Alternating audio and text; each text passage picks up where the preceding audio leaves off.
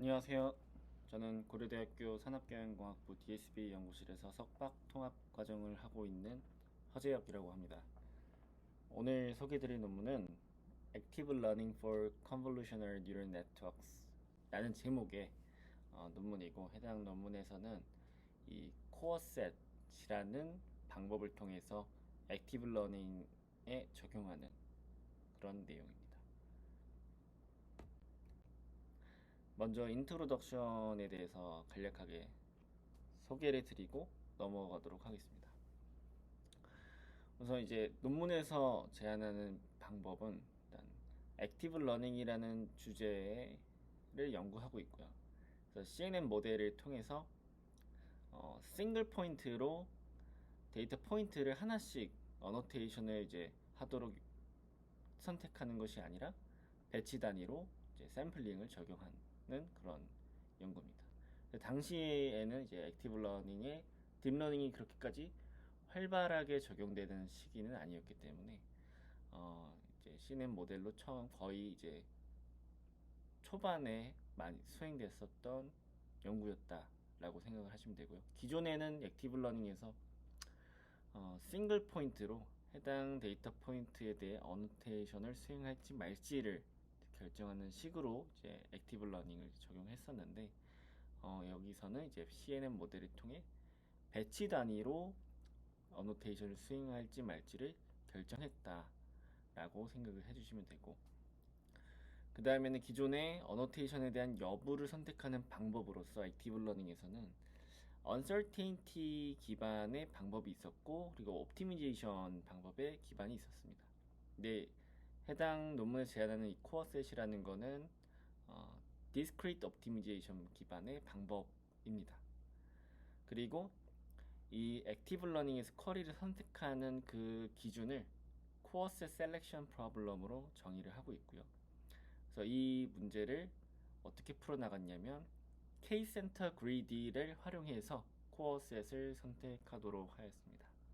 그래서 아래에 있는 이제 대표적인 대표 그림을 통해서 볼 수 있듯이 전체 데이터를 이제 잘 포함할 수 있도록 데이터의 다양성을 고려해서 소수의 데이터를 선택하는 것이라고 보면 됩니다.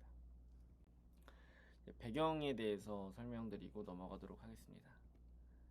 일단 인트로덕션에서 간략하게 액티브 러닝에 대해서 잠깐 말씀드렸지만, 액티브 러닝이 무엇인지를 이제 그림을 통해서 또 다시 한번 설명을 드리면, 우선 액티브 러닝의 목적은 이제 모델 성능 향상을 위해서 언레이블드 데이터 중에 어떤 데이터를 어노테이션을 할 것인가 라는 것을 초점으로 해서 적절한 데이터를 선택하는 것이 액티브 러닝의 목적이라고 볼 수가 있습니다.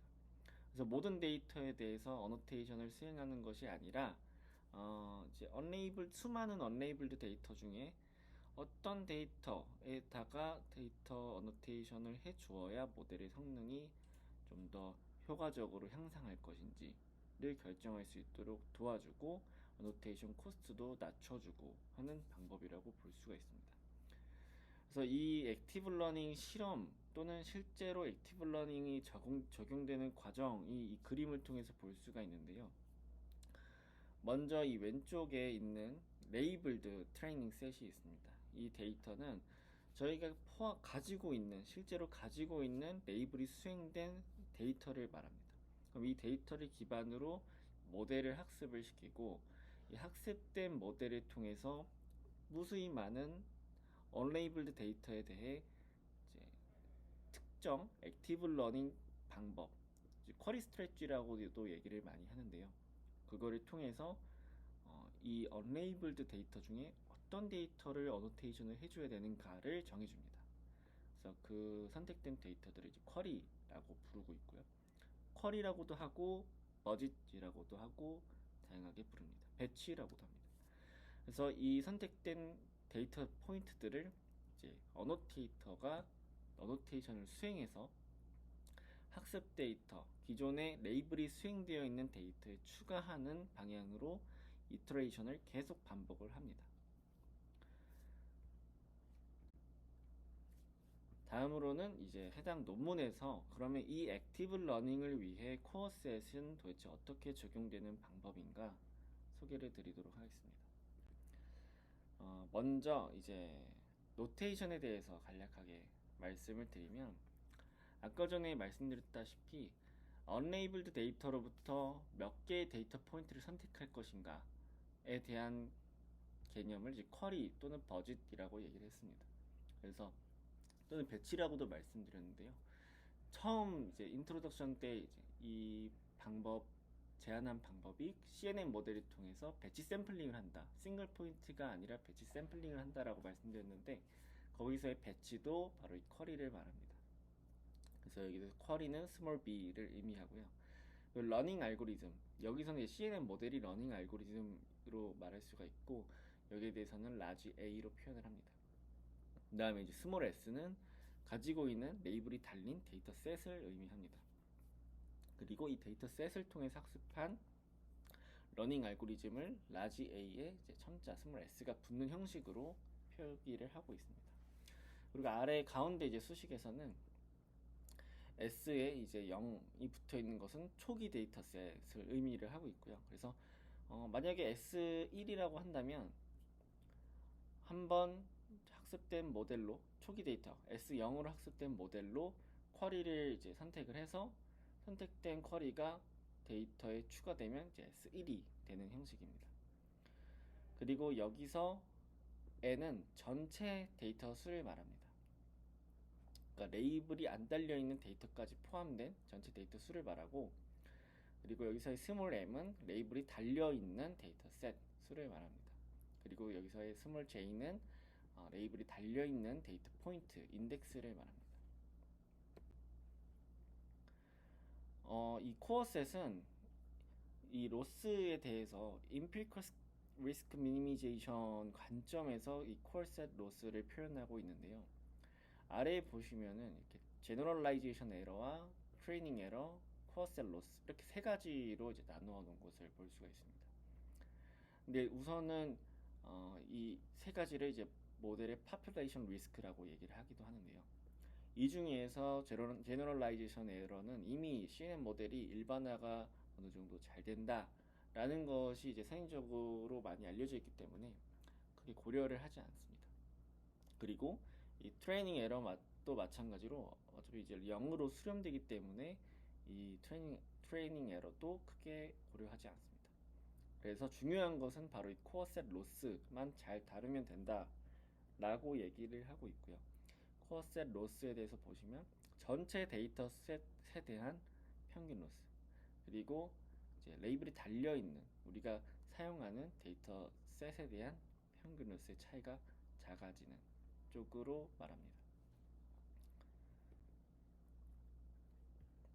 그래서 여기서는 이제 코어셋 로스 관점으로 계속 서술을 하고 있는데요. 코어셋 로스는 아래 이제 논문에서 theorem 1에 따라서 어퍼 바운드가 존재한다라고 얘기를 합니다. 그래서 이렇게 논문에서 이 theorem 1과 이 theorem에 대한 증명 과정이 함께 포함되어 있으니 같이 참고하시면 좋을 것 같고요. 그리고 이 코어셋 로스가 이게 전체 데이터에 대한 평균 로스 그리고 레이블이 달려있는 데이터셋에 대한 평균 로스 이렇게 있는데 여기서 이 레이블이 달려있는 데이터에 대한 평균 로스가 이제 트레이닝 로스였었죠. 근데 이게 값이 결국에는 0으로 수렴할 것이기 때문에 이거를 생략하고 오른쪽과 같이 우한과 같이 표현할 수 있다고 볼 수가 있습니다. 그럼 결국 이것만 잘 하는 것이 중요하고 결국에 저거를 잘 하기 위해서는 데이터 전체 데이터를 잘 이제 고려할 수 있는 데이터의 다양성을 위주로 데이터를 선택하는 것이 중요하다라는 관점으로 생각해 볼 수가 있습니다. 그래서 이 코어셋에서는 이 케이스 센터 프로블럼으로 이제 정의한다라고 말씀드렸는데요. 케이스 센터 프로블럼 자체가 이 데이터를 모두 커버할 수 있는 가장 작은 거리, 이 델타를 갖게끔 K개의 점을 찾는 문제입니다. 근데 이 케이스 센터 프로블럼 자체는 이제 NP 하드 문제로 볼 수가 있는데요. 이러한 문제점을 좀 다른 방식으로 접근하기 위해서 이후에 이제 설명드릴 내용들이 적용이 되고요. 추가적으로 각 포인트 간의 이제 거리를 계산을 하는 과정이 있는데, 거리를 계산하기 위해 이렇게 적용되는 각 포인트는 CNN의 마지막 그 Fully Connected Layer 아웃풋을 통해서 L2 디스턴스를 계산한다라고 합니다. 그리고 이제 K-센터 프로블럼을 이제 근사하기 위해서 K-센터 그리디 알고리즘을 통해 이 2OPT 솔루션을 얻을 수 있다라고 얘기를 합니다. 그래서 이 K-센터 그리디 알고리즘을 보시면 인풋으로는 각 데이터 포인트가 있고, 그 다음에 레이블이 달려있는 초기 데이터셋, 그리고 몇 개를 뽑을 건지에 대한 쿼리 또는 버짓, 이렇게 있습니다. 그러면은 이제 전체 데이터 포인트 간의 시밀러리티 매트릭스를 계산하고, 그 중에서 거리가 작은 레이블 데이터 포인트와 언레이블드 데이터 포인트 간의 거리가 작은 언레이블 데이터 포인트들을 먼저 이제 찾아주고, 그 중에서 거리가 가장 큰 애를 선택하는 과정으로 반복을 해서 초기 데이터셋에 추가를 해줍니다. 말로만 설명드리면 조금 이해가 어려울 수 있기 때문에 예시랑 같이 살펴보면 좋을 것 같습니다. 우선 오른쪽과 같이 이제 파란 색깔 점이 레이블이 달려있지 않은 데이터 포인트고요. 빨간 색깔 점이 레이블이 달려있는 데이터입니다. 그래서 이 중에서 두 개의 쿼리를 선택한다라고 했을 때, 첫 번째로는 방금 전에 말씀드린 대로 레이블이 달려있는 데이터 포인트와 레이블이 달려있지 않은 데이터 포인트 간의 유사도를 계산해서 가장 작은 거리를 갖고 있는 레이블과 거리를 계산을 해줍니다. 이런 식으로 모든 거리 계산이 끝났다면, 이 거리 중에서 가장 디스턴스가 큰 언레이블 데이터 포인트를 선택해서 이 데이터 포인트를 레이블드 인스턴스로 포함을 시켜줍니다.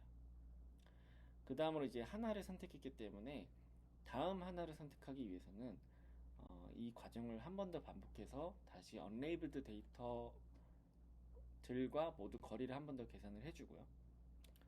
계산된 거리에서 또 마찬가지로 가장 먼 디스턴스를 가지는 언레이블드 데이터 포인트를 레이블드 데이터 포인트로 선택하여 이제 어노테이션을 수행하게 됩니다. 그래서 이런 식으로 전체 사전에 정의한 버짓 개수만큼 데이터를 뽑는 과정을 말합니다. 근데 이 코어셋에서는 K-센터 그리디에 추가로 이 2OPT 솔루션을 개선하고자 이제 믹스드 인티저 프로그램을 같이 정의를 했습니다. 거기에다가 이제 로버스니스도 같이 향상시키기 위해서 아웃라이어도 함께 고려할 수 있도록 이 피저빌리티를 같이 계산을 해줬습니다. 그래서 이 과정에 대해서는 간략하게만 말씀을 드리면, 이 앞선 K-센터 그리디로 계산된 결과를 가져와서 로어 바운드와 어퍼 바운드를 만들어주고, 이 로어 바운드와 어퍼 바운드가 동일해질 때까지 계속 이 피저빌리티를 기준으로 해서 업데이트를 수행을 해줍니다. 그리고 여기서의 각 노테이션은 이제 사실 논문에 자세히 나와 있긴 하고, 그리고 피저블에 대한 수식도 나와 있어서 이 부분은 그냥 논문을 참고해 주시는 게 가장 좋기도 하고요. 사실 여기에 대해서 집중적으로 많이 다루지 않는 이유는 최근 이제 액티브 러닝에 대해서 여러 이제 베이스라인으로서 코어셋이 많이 활용이 되는데, 대부분은 이제 MIP까지는 적용하지 않는 K-센터 그리디 기반으로만 많이 적용을 하고 있습니다. 그 이유로 이제 살펴보자면, 사실 이 MIP까지 적용하는 것은 시간이 또 많이 소요되기 때문에 그러한 면에서 K-센터 그리디만으로 이제 적용을 하는 게 아닌가라는 생각을 하고 있습니다. 그래서 제한 방법에 대한 소개는 여기까지였고요. 실험에 대해서 결과가 딱 명확하기 때문에 말씀을 드리면, 여러 베이스라인들이 존재합니다. 근데 이때 당시가 이제 18년도이기도 했고, 그 전에 이제 간단한 uncertainty 기반의 리스트 컨피던스나 엔트로피 그리고 마진 샘플링 같은 방법도 존재하는데, 여기에서 나타나는 방법들의 그 방금 전 말씀드린 내용들이 같이 포함된 케이스들이 있습니다. 그리고 그것 외에도 BMDR이라든지 K-메디안 같은 방법들을 같이 비교 대상으로 삼고 있습니다. 그리고 그림에 대해서 X축을 살펴보면은 이제 X축에서 나타나는 거는 전체 저희가 벤치마크로 따졌을 때 예시를 들면 사이파10 같은 경우는 5만 장의 데이터 레이블 데이터가 있기 때문에 거기에 대한 레이블 비율에 따라 처음 시작하는 초기 데이터셋의 개수 이 비율에 따라 모델의 성능이 얼마만큼 이 액티브 러닝 쿼리 스트레치를 적용했을 때 향상되는지를 말합니다. 예를 들면 뭐 0.2%라고 0.2의 레이쇼를 가지고 있다라고 한다면 5만 장의 데이터가 있을 때 만 장부터 시작한다라고 볼 수 있습니다. 그래서 이 세 가지 사이파 10, 사이파 100 그리고 SVHN 세 가지를 비교했을 때 모두 이 코어셋이 처음부터 데이터 쿼리를 수집했을 때 모델 성능 향상의 폭이 크다라고 볼 수가 있고 액티브 러닝 쿼리 스트레치 간의 이제 성능 효과 비교를 하기 위해서는 커브 밑에 면적의 넓이로 이제 계산을 하기 때문에 면적이 넓을수록 좀 더 우수한 효과적인 액티브 러닝 방법이라고 볼 수가 있습니다. 다음으로는 이제 정성적으로 평가해보기 위해서 이 티스니를 통해 uncertainty 기반의 방법과 그리고 논문에서 제안한 코어셋 기반의 방법의 결과를 볼 수가 있는데요. 이 결과를 보았을 때 uncertainty 기반의 방법이 왼쪽 이 small a의 결과보다 확실히 오른쪽에 있는 코어셋으로 기반으로 뽑은 것이 조금 더 다양성이 잘 고려되어 있다라고 확인할 수가 있습니다. 그리고 타임 코스트에 대한 내용도 이제 같이 단계별로 비교를 해주었는데요. 해당 이제 타임 코스트를 계산하기 위한 세팅은 초기 데이터셋이 이제 10,000개이고 쿼리가 5,000개일 때 각 파트별로 소요되는 시간을 의미합니다. 그래서 디스턴스 매트릭스를 계산할 때 한 104초 정도 걸리고 그리디 알고리즘을 통해서 이제 계산했을 때 한 2초, 그다음에 MIP 한 번 이터레이션 할 때 7초 정도 걸리고 최종적으로 수렴할 때까지는 한 244초 정도 걸렸다 라고 볼 수가 있는데요. 확실히 MIP가 해당 실험에서 이제 특정 데이터셋으로 했을 때 이 정도지만 이거는 데이터마다 달라질 수가 있기 때문에 거기에 대해서 시간이 조금 더 기하급수적으로 늘어날 수도 있고 줄어들 수도 있는 요소입니다. 그래서 보통은 이 그리디까지만 적용하는 방법을 많이 활용한다라고 볼 수가 있고 해당 논문에서도 MIP까지 적용했을 때와 K-센터 그리디까지만 적용했을 때를 같이 비교를 해줍니다. 논문에서 언급하는 것도 이 그리디 알고리즘까지만 적용했을 때 성능이 지금 이 피겨에는 같이 표현되어 있지 않은데 다른 베이스라인에 비해서도 이 그리디 알고리즘만 적용했을 때가 조금 더 높기 때문에 MIP가 없이도 충분히 좋은 성능이 낼 수 있다라고 말합니다. 넘어가도록 하겠습니다. 그래서 이 결론을 다시 한번 앞에 이제 인트로덕션 때 내용을 리마인드 드리면 이제 액티브 러닝에서 CNN 모델로 싱글 포인트가 아니라 배치 샘플링을 적용했다라는 것과 디스크리트 옵티미제이션 메서드였다라는 것 그리고 코어 셀렉션 프로블럼으로 정의해서 K-센터 그리디를 활용하고 추가적으로 더 이제 최적화를 하고 싶다면 MIP 방법을 적용했다라고 볼 수가 있습니다. 아래에 있는 이제 임플리멘테이션 관련해서는 방금 전에 이제 말씀드린 내용과 이제 동일합니다. 그러면 이번 코어셋에 대한 소개는 여기까지였습니다. 감사합니다.